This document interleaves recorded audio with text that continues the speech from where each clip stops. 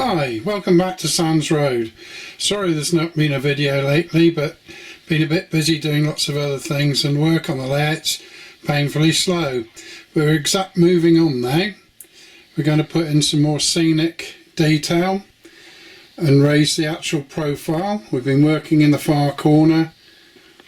As you can see, it's still drying.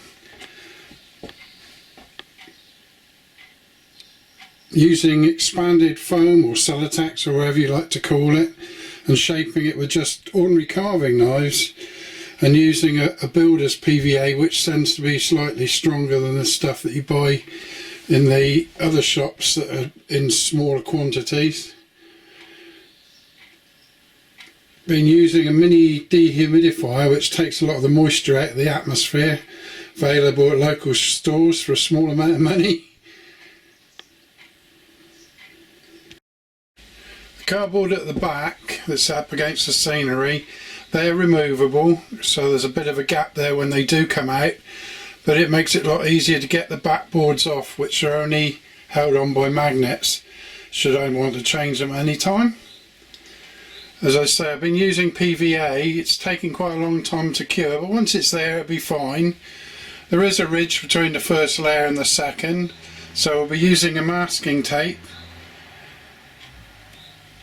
along that, and then going over the whole lot with a neat coat of PVA before adding a coat of brown paint with a little bit of PVA in as well.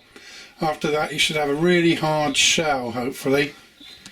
The expanded foam comes in obviously different gauges, and it's always advisable to take the silver paper off the top if you can, because it makes it much easier to glue it. Sometimes you do get a residue left behind, but on the whole most of it will come off. As long as you've got the actual silver foil off, it will bond quite quickly. On this section here, which is the next section,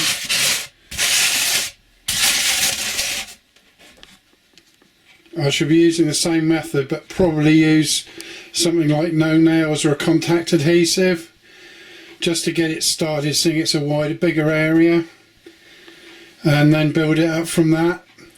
Build it hopefully to the same height, or maybe slightly more than the corner, so there will be a bridge going across from one side to the other into the inside.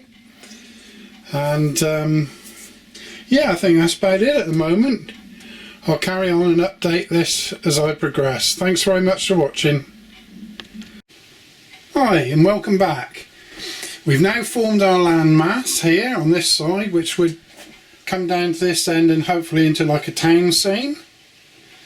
We're trying to work out what buildings are going where. I think we can get a church in on the top, and also this toll house will be set back a bit.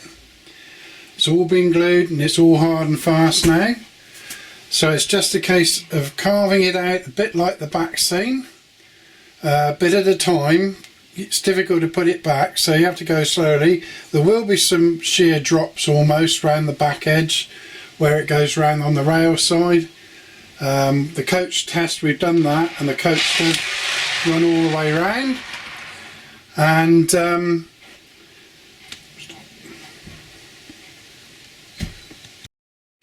as with most layouts, we could always do with more space, and in this case I would have preferred to have more of a land mass, but this is what we've been left with, so we've got to make the most of it. We've got to get a road going up through the middle, which will then go across here, across a bridge and into the corner.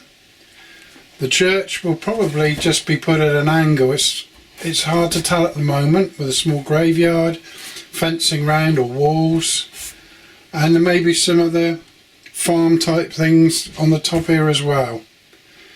When it comes to actually rendering this down to make it more of an easy look, all you need to do is take a nice sharp carving knife and just carve it. As simple as that. It does make a bit of a mess, admittedly. We can go around corners, and it will smooth down just by using your own hands, like that, and it just gives you a bit of a a roughness, so it looks more, it doesn't look too smooth, especially on the edges. And then you just keep cutting away as much as you want to. Sorry about squeaking, it's not mice.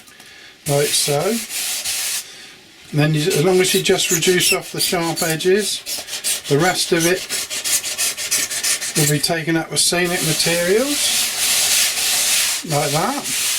Obviously that's got to be taken down a bit more anyway. Probably might have a wall along the bottom. But I said in the first part that we will now seal up the joints with masking tape, and any bigger ones might put a bit of filler in. Then paint the whole item with neat PVA to give it its first shell, and then use a brown, I'm going to use a brown base paint to go over the top with a bit of PVA in, which will then give it its ground cover background, and then you can carry on putting on your scatter materials and things. So really that's as far as we got at the moment. It might not be too exciting for those that know all about this, but I hope some people out there might learn something out of this.